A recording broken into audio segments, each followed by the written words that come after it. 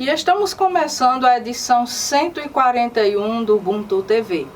Sou Lucélia Muniz, professora, blogueira e apresentadora. Sou uma mulher negra, tenho cabelos castanhos, estou trajando uma blusa preta e uma calça preta. E ao fundo estou com a imagem de um banner no formato de uma parede com tijolos e 3 quadros com a temática Café e Gatos. E vamos aos recadinhos que recebemos através das redes sociais. Quero começar mandando um abraço aqui para a Lúcia Macedo, que aproveitou para deixar um comentário sobre a nossa edição anterior, onde a mesma parabeniza e deseja sucesso ao Gustavo Alves, entrevistado da nossa edição anterior. Então fica aqui a minha gratidão, Lúcia, por você ter deixado o seu recadinho. E este próximo recadinho é da Vera Lima, que também aproveitou para cumprimentar o Gustavo Alves pela entrevista, disse que deseja sucesso. E Vera, eu agradeço, é uma pessoa que sempre está acompanhando o nosso trabalho. Fica também aqui a minha gratidão pelo recadinho. E quem me deixou um recado, esse de um novolindense diretamente de São Paulo, foi o José Antônio da Silva. Ele que aproveitou para me desejar sucesso e paz espiritual nas conquistas atuais e futuras. Então eu desejo muitas bênçãos em sua vida e é sempre muito feliz, é sempre gratificante receber as tuas mensagens. E esse próximo recadinho quem deixou foi a coordenadora escolar Samara Macedo Diniz, ela que aproveitou para me parabenizar o Gustavo Alves e também o professor Alisson Santos, que teve um projeto divulgado na nossa edição anterior. Então, Samara, minha amiga, fica aqui a minha gratidão pelo teu carinho e pelo seu reconhecimento. Um abraço. E aproveitando a passagem do Dia das Mães, no segundo domingo do mês de maio, quero homenagear as mães de todos os que fazem a equipe da agência Clique. Então fica aqui um agradecimento todo especial, nosso carinho, admiração e um abraço para Dioneide, Maria do Socorro, Anilda, Maria Pedro, Maria Dias, Antônia Maria, Nanã, Thelma, Maria Constância, Helena e Nita. Algumas homenagens em memória e para as que ainda se encontram nesse plano, fazendo a diferença em nossa vida, fica um pedido para que nosso Senhor Jesus Cristo as abençoe grandemente e para as que já se encontram junto com Deus, desejo paz espiritual. Então, este é o meu reconhecimento. Começando o giro da semana, vamos falar sobre a relação entre ancestralidade e as plantas medicinais. Na segunda-feira, dia 25 de abril, fizemos uma aula de campo com uma visita à Fundação Casa Grande Memorial do Homem Cariri, em Nova Olinda, Ceará. A aula se deu como complemento ao conteúdo ministrado na eletiva Medicina Popular da Escola Padre Luiz Filgueiras, desta mesma localidade, na qual sou professora. Quem nos recebeu e ministrou a aula no memorial foi a mestra em Arqueologia, Heloísa Bitu. Então, gente, confiram essa matéria, onde a mesma ela fez um apanhado histórico, fazendo sempre esse paralelo, a relação entre ancestralidade e plantas medicinais. E ainda aqui no giro da semana, aproveitando a passagem do dia 1º de maio, Dia do Trabalho, veiculei uma matéria aqui sobre currículo e entrevista de emprego, dicas para o mercado de trabalho. Este que é um conteúdo oriundo do material da eletiva Jovem Empreendedor 1, que ministro na Escola Padre Luiz Filgueiras aqui de Nova Olinda, onde passamos por formações enquanto professores e os nossos estudantes recebem material, inclusive um material didático também desta eletiva, que é elaborado por uma instituição chamada Júnior Achievement. E fechando o giro da semana, vamos falar sobre aula de campo novamente, desta vez realizada aqui mesmo na agência Clique com os estudantes da EJA, Educação de Jovens e Adultos, da Escola Padre Luiz Filgueiras aqui de Nova Olinda. Na ocasião, apresentei para os mesmos alguns documentos importantes para a legalidade e funcionamento de uma empresa. Dentre estes, o CNPJ, Cadastro Nacional da Pessoa Jurídica, o Simples Nacional, o Alvará de Licença e a Lei do PROCON. Então, assim, o que eu espero realmente é que os meus alunos tenham tido um aproveitamento, que este momento tenha sido de aprendizado para os mesmos, que produziram um relatório. E o mais importante é que a gente saiu da teoria e viemos para a prática ver a experiência aqui da Agência Clique. No oferecimento de Agência Clique, WM Contasse Contabilidade, Assessoria, Consultoria e Engenharia, Madeireira Madresul, Salão Inovarte, Conceito Livraria Café, Cavaleiros Barbershop Cariri, Instituto Multiprofissional de Ensino, Centro de Educação Básica SEB, Flor de Açúcar, Lucena Calçados.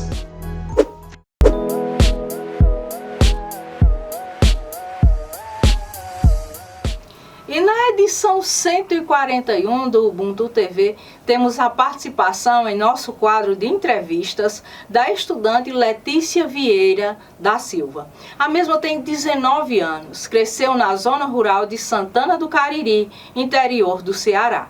Filha de pais agricultores, sempre estudou em escola pública. Ao longo da sua trajetória acadêmica, participou de diversas Olimpíadas científicas e ganhou 25 medalhas no total. Ainda desenvolve projetos de divulgação e ensino de astronomia e foi a primeira brasileira de escola pública a participar da fase internacional da Copa do Mundo de Física. Foi aceita no Smith College, universidade em Massachusetts, nos Estados Unidos, para cursar engenharia e astronomia com bolsa total. Então, gente, é com a Letícia que nós iremos conversar hoje. Essa edição nós gravamos à distância, mas assim, ela nos atendeu prontamente, aceitou o nosso convite e é uma história muito inspiradora. Letícia, eu quero te dizer que eu estou muito feliz de poder compartilhar um pouco da tua história. Desde já, desejo sucesso e muita prosperidade em sua jornada. Fica aqui a minha gratidão. E vamos à entrevista. Penso que não existe uma fórmula ou receita para o sucesso. Qual sua trajetória para alcançar tantos resultados como medalhista em Olimpíadas Científicas? De fato, não existe receita mágica e o que funciona para a minha vida pode não funcionar para a vida de outras pessoas e tá tudo bem. Eu faço Olimpíadas desde o meu ensino fundamental e nas primeiras vezes que eu fiz eu não consegui medalha. Isso não me desmotivou, muito pelo contrário, me fez estudar ainda mais, justamente com aquela ideia em mente de que no próximo ano eu ia voltar fazendo uma prova melhor. Eu também sempre fui muito autodidata, principalmente porque os conteúdos que eram cobrados nas Olimpíadas normalmente não eram vistos em sala de aula, e então eu tinha que procurar em outros locais, fazendo isso por livros, cursos online, aulas, enfim. No ensino médio, na escola pública que eu estudei, que foi o IFCE Campos de Juazeiro do Norte, eu tive a oportunidade de participar do Comitê Olímpico Institucional, o COI, que era um grupo de alunos e professores que incentivavam os outros estudantes a fazerem Olimpíadas Científicas. Isso foi muito importante porque a gente podia se reunir em grupo, estudar juntos, tinha aquela motivação a mais. Então, não cai do céu, eu não sou nenhuma gênia, nem nada do tipo.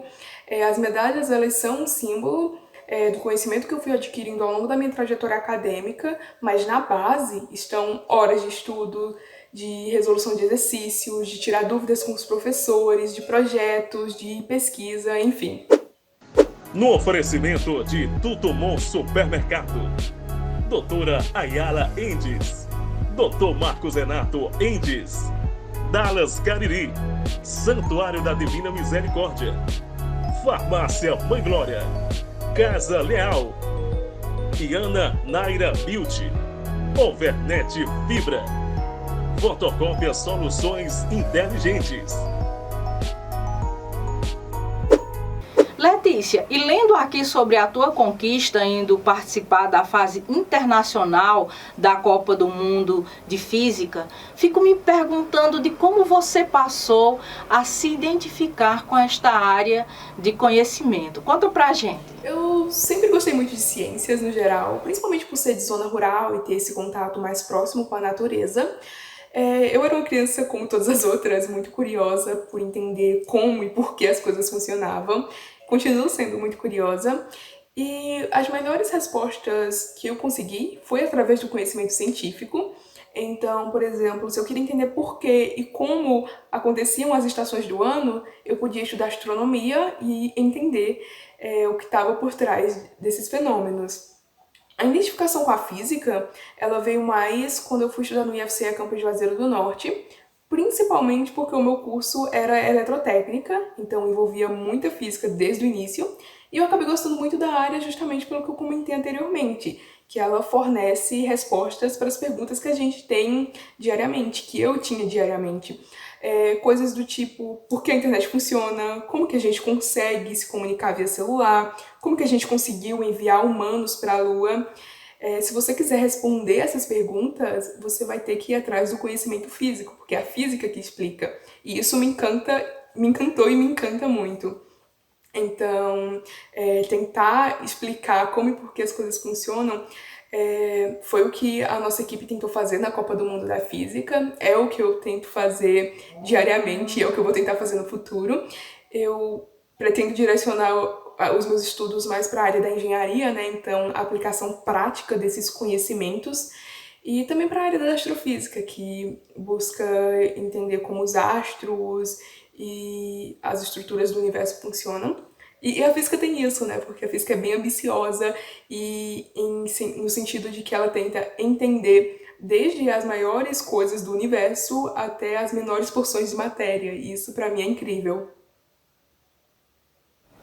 Além de todas estas conquistas, você ainda participa de grupos que lutam por justiça social, principalmente relacionados à equidade de gênero e às questões étnico-raciais.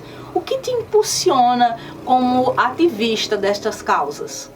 Essas questões são quase que inerentes à minha vida. Infelizmente, vivemos numa sociedade muito injusta em diversos quesitos. Então, uma sociedade que discrimina pessoas por conta da cor, por conta do gênero, por conta da orientação sexual, entre outras coisas.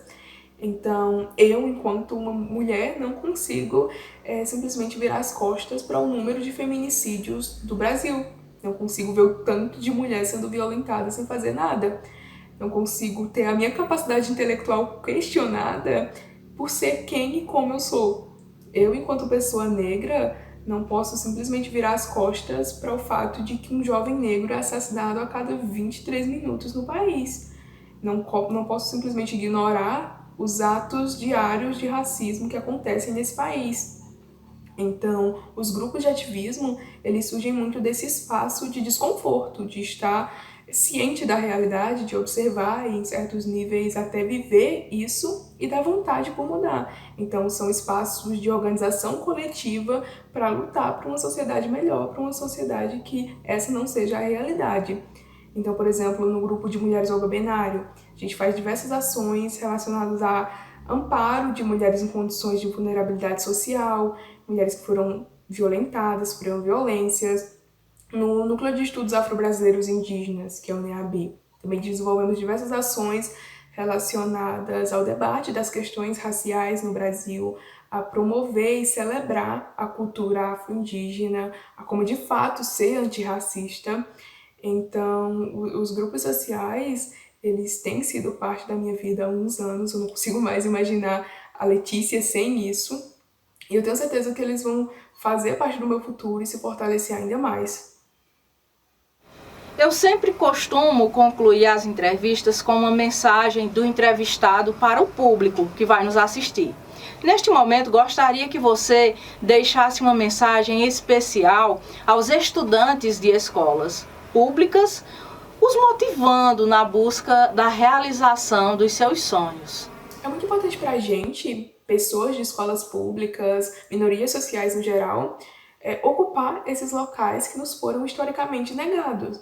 Uma coisa que a Sônia Guimarães, foi a primeira doutora em física negra do Brasil, me falou, que eu levo como filosofia de vida desde então, é que a gente mesmo não pode se limitar quanto ao que podemos ou não fazer, porque já tem uma sociedade inteira tentando fazer isso, e o nosso dever é justamente mostrar que essa sociedade está errada, que a gente pode ser o que quiser.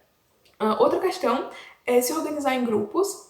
E eu falo isso porque é muito mais fácil você obter resultados se você tem uma rede de pessoas com o mesmo interesse que você e que te apoiam.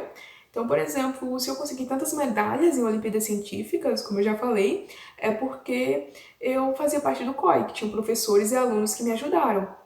Se eu conseguir ser aceita em universidade nos Estados Unidos, é porque eu participei do programa Oportunidades Acadêmicas, que me deu todo o auxílio que eu precisava também.